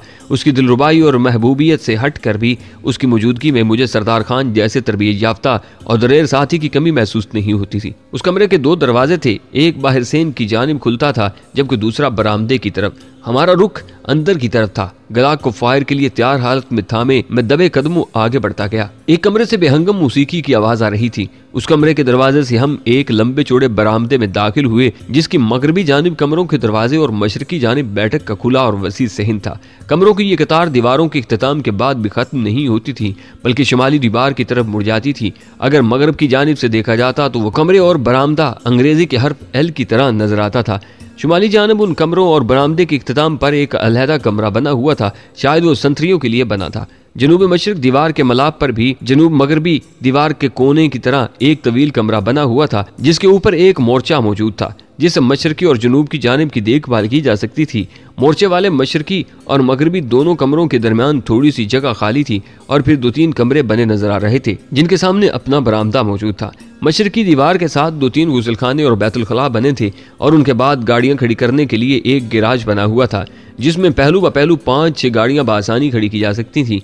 इस वक्त भी वहां एक सिंगल केबन खड़ी थी। मोर्चे वाले कमरे शरकन गरबन तूल लिए हुए थे। मगरबी जानब बना मोर्चे वाला कमरा दूसरे कमरों की चौड़ाई और बरामदे की चौड़ाई के बराबर लंबा था। मगरबी जानिब कमरों की कतार में 8 दरवाजे मैंने गिने, जिनमें से सिर्फ 2 के दरवाजे खुले थे। एक हमारी तरफ से दूसरा कमरा और दूसरा आखिरी कमरा जिससे मौसीकी की आवाज आ रही थी। बंद कमरों को नजरअंदाज करके मैंने पहले आने वाले खुले कमरे में झांका, मगर कमरा बिल्कुल खाली पड़ा था।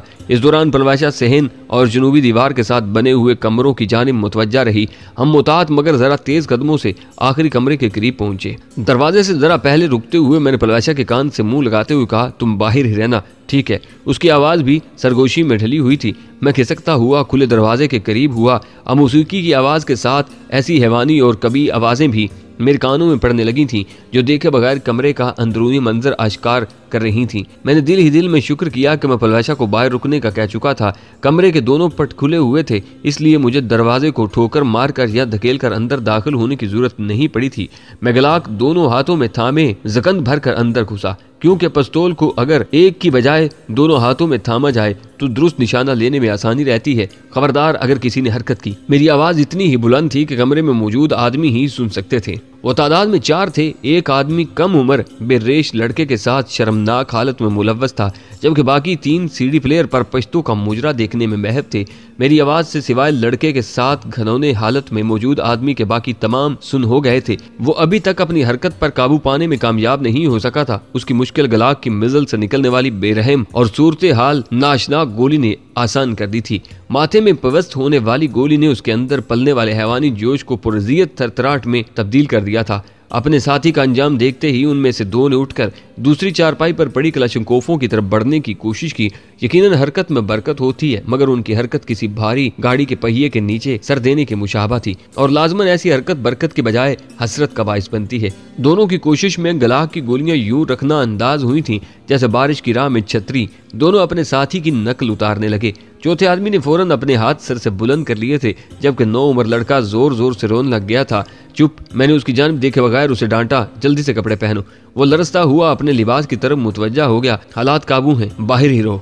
पलवशा तक अपनी खैरियत पुंचाकर मैं आगे बढ़कर माहिराना अंदाज में चौथे आदमी की तलाशी लेने लगा, मगर उसकी जेबों में कोई काबिल जिक्र चीज मौजूद नहीं थी। उसकी कमीज उतार कर मैंने उसी से उसके हाथ पुश्त की तरफ करके बांध दिए। एलईडी की स्क्रीन पर पश्तो के भड़कीले गीत पर चुस्त शलवार कमीज में मलबूस एक रकासा जिस्म को यूं तोड़ मोड़ रही थी जैसे उसे तशंज के दौरे पड़ रहे हों। जितने वाहियात उस गाने के बोल थे, उससे कई गुना वाहियात उस लड़की का रक्स था। मेरे पास इतना वक्त नहीं था कि सीडी प्लेयर पर एलईडी को ऑफ करता फिरता। मेरे कीमती वक्त को बचाने के लिए गलाक की गोली काम आई थी।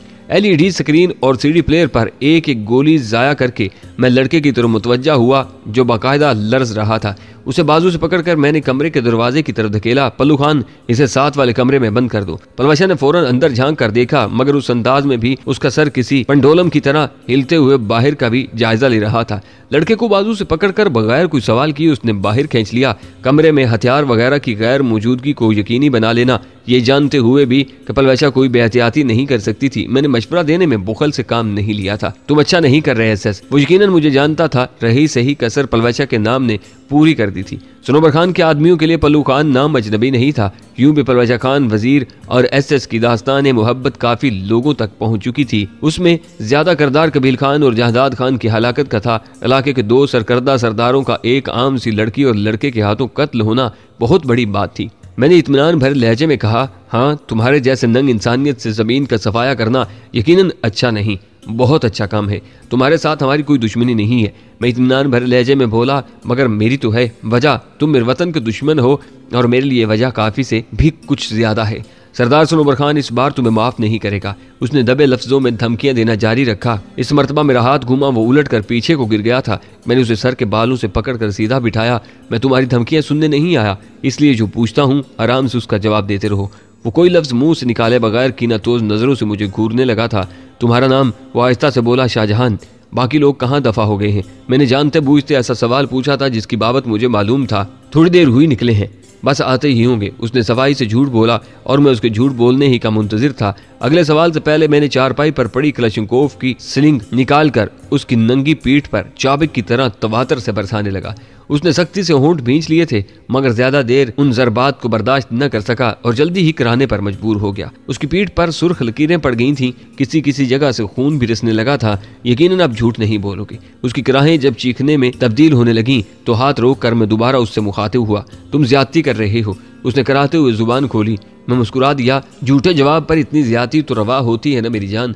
बाकी जवाब देते हुए ये ध्यान में रहे कि कुछ सवालात के जवाब मुझे मालूम है और ऐसे सवालात का मकसद तुम्हारी सच्चाई को जांचना है। यह आखिरी वार्निंग थी, उसके बाद तुम्हारा झूठ जिंदगी का आखिरी झूठ साबित होगा। उसने बेबसी से होंठों पर जुबान फेरी और सर झुका लिया। मैंने अपना सवाल दोहराया, तो बाकी लोग कहाँ गए हैं? अंगुराड़े वाली हवेली में आज सनोबर खान एक बहुत बड़ी पार्टी दे रहा है, जहां उनके हलीफ सरदार भी आएंगे, चंद गैर मुल्की मेहमान भी हैं। इस मर्तबा उसने सच बताते हुए तफसीली जवाब दिया। शाबाश। अब जरा ये बताओ, साथ वाली हवेली में कितने मुहाफिज मौजूद हैं? एक भी मौजूद नहीं है। घर में कितने मर्द होंगे? कोई मर्द मौजूद नहीं है। औरतें और बच्चे हैं? एक गहरा सांस लेते हुए मैंने सवालात का सिलसिला जारी रखा। इस दौरान पलवशा भी अंदर आकर खामोशी से बैठ गई थी। मैंने सवालिया नजरों से उसकी तरफ देखा। वो जल्दी से बोली, तमाम बैठक छान ली है, कोई भी मौजूद नहीं है। मैं दोबारा शाहजहान से सवालात करने लगा। सवालात के इख्तिताम पर मैंने पलवशा की जानिब देखा, गोया उसका कोई सवाल था तो वो कर सकती थी। वो जहर खान लेजे में मुस्तफसर हुई। शाहजहान, याद है मेरे मासूम भाई के बारे गलाजत उगलते वक्त सनोबर खान ने तुम्हारी तरफ इशारा करके कहा था कि इसके पास ऐसे आदमी मौजूद हैं जो कम सिन लड़कों का शौक रखते हैं। वो थूक निकलते हुए बोला, वो तो सरदार ने तुम्हें डराने की गर्ज से कहा था और तुमने कहा था कि मेरे भाई के बाद मेरे साथ भी ऐसा ही सलूक करोगे। पलवशा के इत्मीनान भरे लहजे में कोई ऐसी धमकी पोशीदा थी कि वो थर थर कांपने लगा था। मैं उसने कुछ कहना चाहा, मगर पलवैसा ने गला सीधा करते हुए उसकी छाती में गोली उतारते हुए कहा, बकवास बंद करो कंजर। यकीनन वो मजीद वक्त जाया करने के हक में नहीं थी। चलें। शाहजहां का पड़क न रुकते ही मैंने उसे मुतवज्जा किया। चलना ही पड़ेगा। LED आपने यूं भी तोड़ दी है, वरना जो गाना लगा था उस पर मैं बहुत अच्छा रक्स पेश कर सकती थी। और मैंने मना जो किया था, मैंने उसे हल्के से डांटा। वो खिलखिला कर हंसी। आपने मर्दों में नाचने से मना किया था, आप अकेले के सामने तो कोई कबाहत नहीं है ना, बेशरम। मेरे होठों पर भी हंसी नमूदार हो गई थी। अच्छा, एक खुशी की बात बताऊं? उसने मुसरत भर लहजे में पूछा। मैं फलसफियाना लहजे में बोला, खुशी की बात छुपानी तो नहीं चाहिए, मेरी सोकन भी यहीं मौजूद है। सोकन? मैंने हैरानी भरी नजरों से उसे घूरा। वो वजाहत करते हुए मुस्कुराई। बैरेट M107, उसे भी मैंने उस्ताद मोहतरम राव तसव्वुर का मकूला सुनाया था और वो उसे भूला नहीं था। कहाँ है? मैं बेसब्री से मुस्तफसर हुआ। आए। और मुझे साथ लेकर जनूबी तरफ बने खास के कमरों की तरफ बढ़ गई। वहीं एक कमरे में बैरेट M107 मुकम्मल सामान के साथ मौजूद थी। उसके साथ 60 के करीब फालतू गोलियां भी मौजूद थीं। वो कीमती राइफल देखते ही खुशी से मेरी बाछें खुल गई थीं। मैं मोहब्बत भरे अंदाज में राइफल की बाड़ी पर हाथ फेरने लगा। राजू, मुझे जलन महसूस हो रही है। मेरी महवियत में पलवैसा की आवाज ने खलल डाला था। मैं फौरन उसकी तरफ मुड़ा। चंदा, जानती हो, सांस लेने के बाद मेरे लिए सबसे अहम काम तुम्हें चाहना है, तो फिर राइफल के साथ यूं चाहत से तो पेश ना आओ ना। वो शिकवा खुना हुई। मुझसे बर्दाश्त नहीं होता कि मेरे अलावा आप किसी से इस चाहत से पेश आएं, चाहे वो बेजान राइफल ही क्यों ना हो। पागल। मुझे सचमुच हंसी आ गई थी। अच्छा, एक और बात, यहाँ तहखाना भी मौजूद है जिसमें काफी हथियार और गोला बारूद मौजूद है। ओह। जोश भरे अंदाज में मैं उसकी मईत में तहखाने की तरफ बढ़ गया। तहखाने का दरवाजा साथ वाले कमरे में मौजूद था। तहखाना 2 कमरों पर मुश्तमिल था। दोनों कमरों की लंबाई चौड़ाई 1500 फुट के करीब होगी। वो दोनों कमरे ऐन उन खास कमरों के नीचे बने थे। एक कमरे में लकड़ी के बक्सों में नई क्लाशनकोफें, रोगर MP9 semi automatic pistol, rocket launcher और स्नाइपर राइफल टेगनोव भरी हुई थी। क्लाशनकोफों की तादाद ज्यादा थी। कमरे की दीवारों के साथ इन हथियारों की एमुनेशन की भरी हुई पेटियां रखी हुई थी, जबकि दूसरे कमरे में बारूद की थैलियां, मुख्तलिफ किस्म के स्विच, सेफ्टी फ्यूज और डेटोनेटर वगैरह पड़े हुए थे। उसके साथ मुख्तलिफ किस्म के बारूदी फंदे, टाइम बम और टैंक शिकन बारूदी सुरंगें भी पड़ी दिखाई दी। मेरा ख्याल है दोनों इमारतों को तबाह करने के लिए ये बारूद काफी है। बारूद के जखीरे को अच्छी तरह देखते ही मैंने ऐलान किया, इससे बेहतर कोई बात हो ही नहीं सकती। पलवैसा ने खुशी का इजहार करने में देर नहीं लगाई थी। ठीक है, मैं धमाके के लिए बारूद तैयार करता हूँ। तुम गैराज में खड़ी गाड़ी की चाबियां ढूंढकर गाड़ी को इन कमरों के सामने ले आओ। वो सारी हिलाती हुई सीढ़ियों की तरफ चल पड़ी, जबकि मैं डेमोलेशन सेट तैयार करने लगा। वो काफी वक्त लगा कर लौटी थी। उसकी वापसी तक तमाम जरूरी कार्रवाइयां करके मैंने सारे बारूद को टाइम बम के साथ जोड़ दिया था। टाइम बम पर मैंने वक्त सेट नहीं किया था, काफी देर लगा दी। उसके वापस आते ही मैंने पूछा, चाबी नहीं मिल रही थी। चलो एमुनेशन और हथियार गाड़ी में रखते हैं ताकि इतना कीमती असला उन्हीं के खिलाफ इस्तेमाल हो।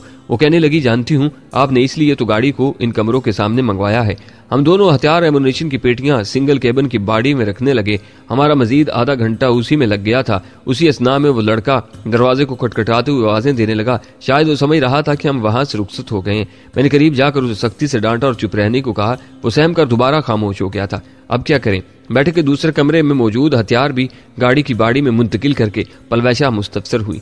तुम कबीर खान की औरतों से इंतकाम वगैरह का सोचे हुए थी। मैंने उसे वहां आते वक्त की बात याद दिलाई। दफा करो, उस खबीस और बेगैरत के अफाल में इन बेचारियों का क्या कसूर?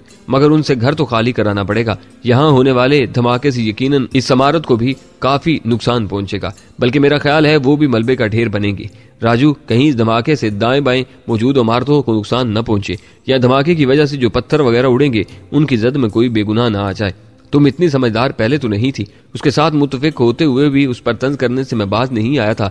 वो तुर्की बोली, अगर समझदार होती तो आपसे शादी करती। मैं दोबारा तहखाने का रुख करते हुए बोला, पगली, यही एक काम तो तुमने समझदारी वाला किया है। सही कहा। खिलखिलाकर हंसते हुए उसने मेरे साथ कदम बढ़ा दिए थे। सीढ़ियां उतरकर मैंने आपस में बांधी हुई बारूद की थैलियों को खोलकर वो पाउडर तहखाने में बखेरने लगा। वहां मौजूद डेटोनेटर, प्राइमर और दूसरा हल्का फुल्का सामान मैंने पलवैसा को गाड़ी में रखने का कहा था। सेफ्टी फ्यूज जो केबल की तरह होता है, उसे खोलकर मैंने एक सिरा तहखाने में मौजूद लकड़ी की पट्टी से बांधा और बाकी को खोलकर ऊपर तक ले गया। वहां से जाते वक्त मैं उसे आग लगाना चाहता था ताकि वो तहखाने में बिखरे तमाम बारूद को जाया कर दे। डेटोनेटर के बगैर वो बारूद धमाका नहीं कर सकता था, बस जल कर जाया हो जाता। बाहर जाकर सबसे पहले तो मैंने उस लड़के को कमरे से निकालकर 2-3 थप्पड़ लगाए और उसे वहां से भाग जाने का कहा। उसके भाग जाते ही मैंने पलवैचा को दाखिली दरवाजा खोलने का कहा और खुद सेफ्टी फ्यूज को आग लगाकर गाड़ी में बैठ गया। सेफ्टी फ्यूज की लंबाई 35-40 फीट थी। सेफ्टी फ्यूज 1 मिनट में 2 फुट के करीब जलता है। इस तरह 20 मिनट के बाद ही आग तहखाने तक पहुंच पाती। गाड़ी के दरवाजे से बाहर जाते ही पलवैचा ने दरवाजा बाहर ही से कुंडी करके मेरे साथ आ बैठी। अगर गाड़ी को मैं वहां से अपने ठिकाने पर ले जाता तो खतरा था कि सनोबर खान के किसी हमदर्द वगैरह की नजर में पड़ सकती थी, या यूं ही बरसबील तज़किरा ही कोई उसका जिक्र सनोबर खान या उसके किसी आदमी से कर सकता था। इसलिए मैं अंगुराड़े वाली सड़क पर आगे निकलता गया। गांव से बाहर आते ही मैं दाएं बाएं एहतियात से जायजा लेते हुए गाड़ी नाले में ले गया। उसी बड़े नाले में चलते हुए थोड़ा सा आगे जाकर मैंने गाड़ी एक जैली नाले में मोड़ी। ये वही नाला था जिस जगह सरदार खान और मैंने कबील खान के साले शाइस्ता गुल को अपने अंजाम तक पहुंचाया था। गाड़ी घनी झाड़ियों के एक झुंड में छुपाकर हम बाहर निकल आए। पलवैचा ने वहां से रोगर MP9 सेमी ऑटोमेटिक पिस्टल और उसकी 100-150 के करीब गोलियां उठाकर अपने पास रख ली थी। मैंने बस बेल्ट M107 को साथ लेना पसंद किया था। उसी नाले में चलते हुए हम अलामखेल के शुमाली जान में जाकर गांव में दाखिल हुए। सुबह ढले ही हम कमांडर अब्दुल रशीद बेटनी की बैठक में पहुंच सके थे। जाते साथ मैंने कारी गुलाम मोहम्मद को हवेली पर हमले की अजमाली तफसील बताकर उसे असला छुपाने वाली जगह के बारे में बता दिया। खुशी से उसका चेहरा चमकने लगा था। जज़ाकल्लाह बेटा, बाकी हम संभाल लेंगे। और मैं सर हिलाता हुआ वहां से निकल आया। पलवैचा तकिए के साथ कमर टेके पश्तो का कोई गीत गुनगुना रही थी। मैं उसकी गोद में सर रखकर लेट गया। वो मेरे बालों में उंगलियां फेरती हुई आहिस्ता आवाज में गुनगुनाती रही। उसकी आवाज किसी खूबसूरत दोरी से कई गुना बढ़कर थी। मेरी आंखें बंद होने लगी। मैं गीत के बोलों में खोया हुआ नींद की खूबसूरत वादियों में उतरता चला गया, जहां पलवैचा उसी तरह गुनगुनाते हुए मेरे साथ थी। अगले दिन अलामखेल में काफी हलचल मची हुई थी। सनोबर खान बिल्कुल पागल हुआ था। अपने 4 आदमियों की मौत, असले और बारूद का नुकसान उसे इतनी जल्दी हजम नहीं हो सकता था। कारी गुलाम मोहम्मद ने उनकी गाड़ी से असला लेने के लिए बहुत एतमाद वाले बंदे रवाना किए थे, क्योंकि वो जानता था कि मुजाहिदीन में भी सनोबर खान का कोई न कोई आदमी छुपा हो सकता है। वो ऐसा आदमी हमारी मुखबरी कर सकता था, मगर हमारे वहां मौजूदगी से मुजाहिदीन के सनोबर खान से होने वाले मुआहदे पर कोई फर्क नहीं पड़ सकता था। वो असला उठाकर कारी गुलाम मोहम्मद के आदमी सीधा अंगुराड़े में मौजूद अपने कैब में ले गए थे। उन हथियारों और एमुनेशन को अब्दुल रशीद बेटनी की बैठक में रखना बिल्कुल भी मुनासिब नहीं था। यहाँ पर शायद कोई ये सोचे कि मुजाहिदीन मुआहदे के खिलाफ ये काम कर रहे थे, तो ऐसा सोचना ठीक नहीं है, क्योंकि ये सब कार्रवाई मैंने और पलवैचा ने की थी और उनका असला लूट लेने के बाद हम अपनी तरफ से मुजाहिदीन के हवाले कर रहे थे। अलबत्ता अगर उस काम में मुजाहिदीन हमारी मदद करते तब वो मुआहदा तोड़ने वाले बनते। हमने पूरा दिन कमरे में बंद रहकर ही गुजारा था। मैंने खुद भी तमाम नमाजें कमरे में अदा की थी। मेरी वहां मौजूदगी के बारे में अब सिर्फ कारी गुलाम मोहम्मद या उसका वो भरोसे वाला आदमी जानता था जो हमारे लिए खाना लाता था। दिन का खाना वो ऐन उस वक्त लाया था जब लोग ज़ोहर की नमाज के लिए मस्जिद में चले गए थे, और रात का खाना वो ठीक इशा की नमाज के वक्त लाया था। पूरा दिन बेकार कमरे में पड़े हम मुस्तकबिल के मंसूबे बनाते रहे, और जब थक गए तो पलवैचा मुझे गोद में सुलाकर अपनी सुरीली आवाज में पश्तों के गीत सुनाती रही। उसकी आवाज इतनी बुलंद नहीं थी कि कमरे से बाहर जा सकती। अगले 3-4 दिन हमने वहीं गुजारने थे कि इस ताज़ा वाक़े के बाद सनोबर खान और उसके आदमी यकीनन चुकन्ना होते। इतना अंदाजा तो मुझे भी था कि सनोबर खान तक ये बात पहुंच गई होगी कि उस कार्रवाई के पीछे किसका हाथ है, और कोई नहीं तो वहां मौजूद जिस लड़के को हमने जिंदा जाने दिया था उसने जरूर उस तक ये खबर पहुंचा दी होगी, क्योंकि ऐसे लड़कों की सनोबर खान की बैठक में आमदोरफ्त रहती थी।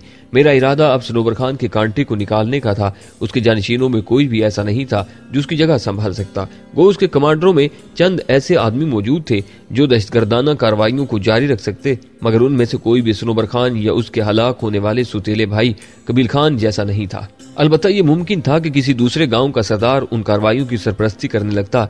यूं भी कई सरदार उसके हलीफ थे। इस तरह दहशतगर्दाना कार्रवाइयों में भी चंद उसके साथ मिले हुए थे। अलबत्ता कुछ उसके दोस्त तो थे, मगर वो पाक आर्मी या वतन दुश्मनी में मुलव्वस नहीं थे। वो बस असला और नशा आवर अशिया की स्मगलिंग करते थे।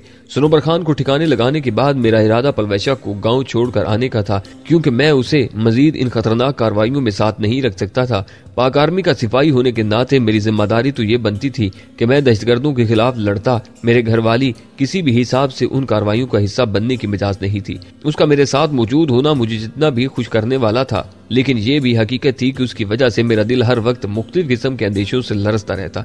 वो तरबियत याफ्ता, हौसलामंद, बहादुर और दलेर लड़की जो दुश्मनों को नाकों चने चबवाने की सलाहियत रखती थी, वो मुझे कांच की गुड़िया लगती जिसने हल्की सी ठोकर से बिखर जाना है। मेरा दिल चाहता बस वो हार शिकार किए जनाना लिबास पहनकर मेरी आंखों को ठंडक बख्शती रहे, उसके पांव मैं जमीन पर भी न लगने दूं, उसे जहां जाना हो अपने बाजुओं में भर कर ले जाऊं, जुमाने के हर सर्दो गर्म से उसे महफूज रखूं, उसे बस मेरी ही आंखें देख सकें और हर वो आसाइश जिसके बारे में गुमान किया जा सकता हो उसके कदमों में ढेर कर दूं, हर वो आराम जो इंसानी ताकत के बस में है उसे पहुंचाऊं, हर वो आयत जिसके लिए दुनिया में तरसा जाता है उसका नसीब कर दूं। मुझे ये बात भी अच्छी तरह मालूम थी कि वो भी मेरे बारे ऐसे ही ख्यालात रखती थी। एक सख्त जान स्नाइपर उसकी नजर में मोम का राजा था जिसने हालात की तेज आंच से पिघल जाना था। उसी वजह से वो मुझसे दूर जाने पर खुद को आमादा नहीं कर पाती थी। रात काफी गुजर गई थी। बातें करते करते पलवैशा की आंखें बंद होने लगी थी। अचानक दरवाजे पर दस्तक हुई। मैं हड़बड़ा कर उठ बैठा और दरवाजा खोलने को बढ़ा। पलवैशा फौरन रजाई में घुस गई थी। उसे मालूम था कि मैं उसके मर्दों के सामने आने को बहुत बुरा मानता हूँ और वो मेरे जज्बात का एहतराम करना जानती थी। मुझे नाराज करने के बारे में वो सोच भी नहीं सकती थी। दरवाजा खोलने पर मुझे कारी गुलाम मोहम्मद की शक्ल नजर आई। मैंने हैरान होते हुए उन्हें अंदर आने का रास्ता दिया। अंदर आकर वो दरवाजा भीड़ते हुए कहने लगा, इस वक्त जहमत देने पर माजरत खा हूँ। मैं एहतराम से बोला, हुक्म करें कारी साहब। मोहतरम बात यह है कि सनोबर खान अपने आदमियों की हलाकत और असला के नुकसान पर बिल्कुल बावला हुआ है।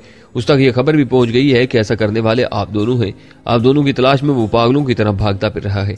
और इतना तो आप जानते होंगे कि गद्दार हर जगह पाए जाते हैं। कोई पैसे पर बिक जाते हैं तो कोई किसी और लालच में अपने जमीर का सौदा कर लेते हैं। इसी वजह से मैंने असला उठाने के लिए नहायत एतमाद वाले आदमी रवाना किए थे। इसी तरह मेरी ये कोशिश भी थी कि आप दोनों की दोबारा आमद की खबर किसी तक न पहुंचे। हो सकता है इस काम में कामयाब न हो सका हूं तो यकीनन सनोबर खान तक आप दोनों की यहाँ मौजूदगी की खबर पहुंच जाएगी। वो फौरन हमसे मुतालबा करेगा कि आप दोनों को उसके हवाले किया जाए या ये कि आप लोगों को यहाँ से निकाल दिया जाए। इस सूरत में उसके आदमी इस जगह को भी घेर लेंगे। मैंने फौरन उसका मतमा नजर समझते हुए कहा, गोया आप चाहते हैं कि हम यहाँ से निकल जाएं। नहीं, उसने नफी में सर हिलाया। मैं इस वक्त आप लोगों को यहाँ से भागने का रास्ता दिखाने आया हूँ कि बिलफर्ज अगर ऐसा हो जाए तो आप लोग कैसे बच कर निकल सकते हैं। मेरा ख्याल है हमें अलाम खेल से निकलने के तमाम रस्तों का इल्म है। वो इत्मीनान से बोला, यकीनन होगा, मगर मैं आपको अलाम खेल नहीं यहाँ से निकलने का रास्ता बताने आया हूँ। यहाँ से? मेरे लहजे में हैरानी थी। वो मुस्कुराया, जी मोहतरम, यहाँ से। आप लोग जिस कमरे में रह रहे हैं ये आम कमरा नहीं है। ये मुजाहिदीन के चंद बड़े कमांडरों के लिए मखसूस है और आपको यहाँ पलवैशा बेटी की वजह से ठहराया गया है कि लड़की जात की बेपर्दगी न हो और उसे गुस्ल खाना या बैतुल खला वगैरह के इस्तेमाल के लिए गैर मर्दों के सामने न आना पड़े।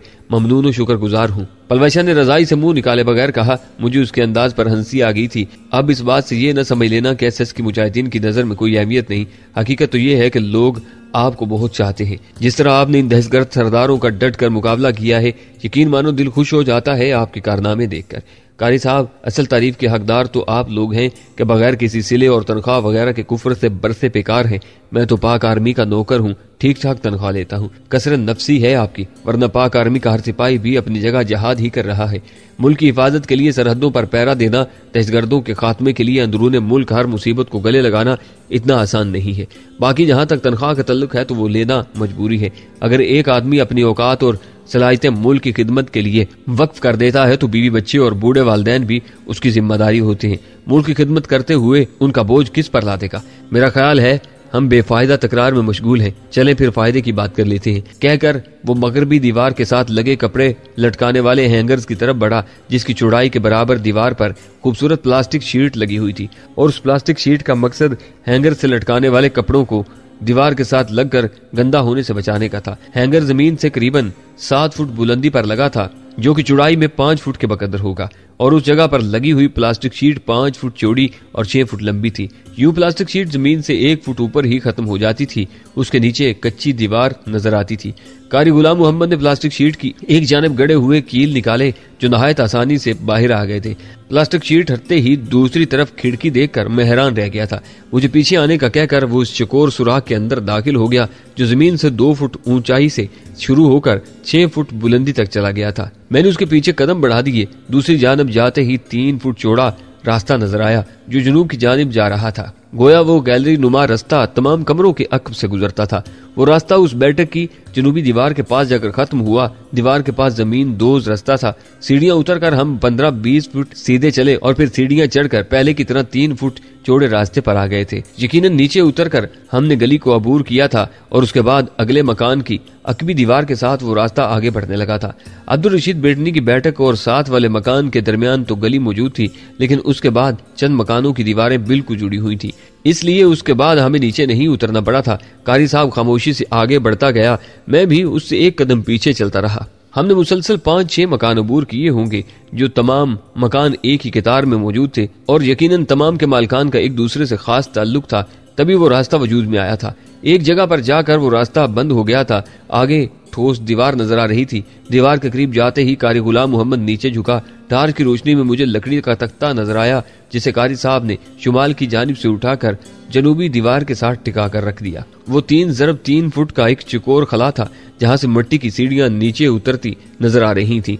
कारी साहब के पीछे मैं भी सीढ़ियां उतरने लगा। 7-8 फुट की उतराई के बाद हम नीचे पहुंच गए थे। वो एक दरार नुमा जगह थी। टार की रोशनी में उस खला की दीवारें देखकर साफ अंदाजा होता था कि वो दरार कुदरती तौर पर वजूद में आई थी। उसकी बनावट में इंसानी हाथों का बस इतना ही अमल दखल था कि उस पर डाली गई छत कुदरती नहीं थी। वो दरार मगरब की जानिब आगे बढ़ती गई थी और रास्ता बतदरीज नशीब में उतरता गया। 1.5-2 किलोमीटर के बाद हम जो दरवाजा खोलकर बाहर निकले, वो अंदरूनी जानिब से तो लोहे का था, मगर बैरूनी जानिब यूं पत्थर की चट्टान तराश कर उसमें नस्ब की गई थी कि देखने वाले को वो कुदरती और ठोस चट्टान ही की तरह लगता था। उसके साथ वहां झाड़ियों का भी काफी घना झुंड मौजूद था। उस रास्ते का इख्तिताम एक नाले में हो रहा था। दरख्तों के झुंड से निकले बगैर कारी गुलाम मोहम्मद ने उस नाले के हदूद अरबा पर रोशनी डाली और हम वापस मुड़ आए। कमरे में आकर कारी गुलाम मोहम्मद मुझसे इजाजत लेकर बाहर निकल गया। जाने से पहले वो टार्च और एक मुखाबरा मेरे हवाले करना नहीं भूला था। मुखाबरा के बारे में उसने हदायत दी थी कि उसे मैंने चैनल नंबर 15 पर हर वक्त ऑन रखना था। किसी भी किस्म की नागहानी सूरत हाल में कारी साहब ने हमें होशियार करना था और उसके बाद जरूरी था कि हम कमरे का दरवाजा अंदर से खोलकर उस मखसूस रास्ते पर फरार हो जाते। मैंने पलवैशा को भी तमाम तफसील से आगाह कर दिया। सोने से पहले हमने अपना सामान तैयारी हालत में संभाल कर रख दिया था, ताकि नागहानी सूरत हाल में हम अपनी चीजें न समेटते रह जाएं। सनोबर खान ने वहां आने के लिए ऐसे वक्त का इंतखाब किया था जब मजबूरी से जागने वालों के अलावा किसी की आंख नहीं खुली रह पाती थी, मगर कारी गुलाम मोहम्मद की एहतियात काम आ गई थी। रात 2:30-3 बजे का वक्त होगा जब दरवाजे पर हल्की सी दस्तक हुई।